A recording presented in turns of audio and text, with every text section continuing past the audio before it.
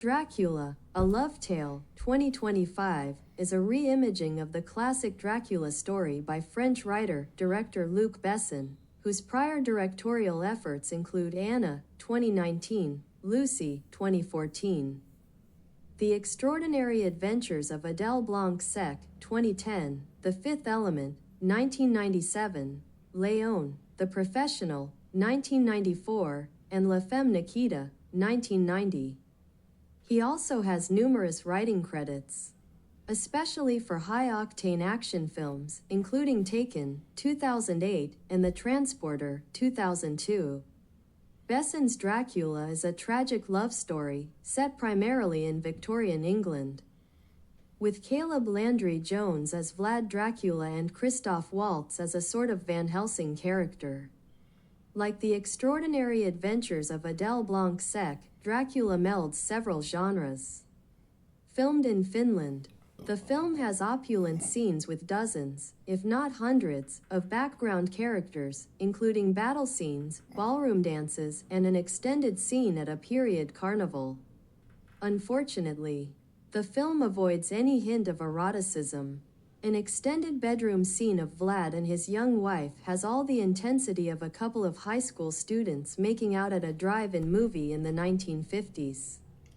Rather than being tormented by several bloodthirsty succubi in flimsy nightgowns, the lawyer fights with CGI gargoyles. The film is visually stunning. Jones's Vlad is conflicted, torn between the Catholic faith he abandoned and his vow to oppose God. Unlike Gary Oldman's Dracula in Francis Ford Coppola's 1992 production, this Dracula is unpredictable. Christoph Waltz delivers an excellent performance, as do the other actors. Production values are superb, with close attention to detail. The film offers an interesting reinterpretation of a classic horror tale with emotional depth and complex characters. While the mummies in Adele were interesting, the gargoyles were less interesting and less convincing than a group of bloodthirsty seductresses might have been. The eroticism could have been cranked up from about 3 to the upper 2-digit range. Waltz could have played a more prominent role.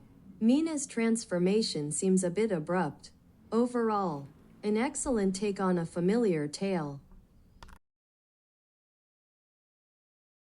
Like number 5, The Dancing Robot in Short Circuit, Ashley Wainwright craved input, fresh input.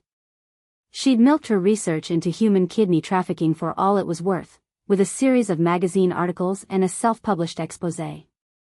A made-for-television movie based on her investigation into a clandestine transplant clinic in Haiti, during which she nearly became an involuntary kidney donor herself, was stuck in development hell. Now she was back in La La Land, going stir-crazy.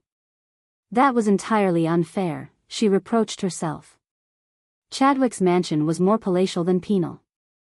She'd seen the worst conditions imaginable in Haiti, and had even spent a brief period locked in a detention cell at the secret transplant clinic, which admittedly seemed more like a college dormitory, except for the bars. Still, the sense of confinement was overwhelming. She could fully sympathize with those movie criminals who declared they'd rather die than return to prison. She looked over at Chadwick, reclining in an Eames easy chair, reading the print edition of the Wall Street Journal. Like the leather and rosewood chair, he was a classic, dressed in a polo shirt and linen slacks with a razor-sharp crease. His quick smile, limpid blue eyes and mellifluous voice instantly put the people he met at ease. He was still quite handsome despite his age, with an aristocratic bearing, like an American Colin Firth or Jeremy Irons. When Thailand announces plans to destroy 2 tons of confiscated ivory, 2 computer geeks and a corrupt customs official hatch a plan to replace the ivory with 3D printed replicas. However, corrupt officials also plan to substitute fake tusks and trade the ivory for kidnapped Cambodian girls they will traffic to a Qatari brothel. When retired assassin Ice learns of this scheme, he delivers his own brand of vengeance, served ice cold.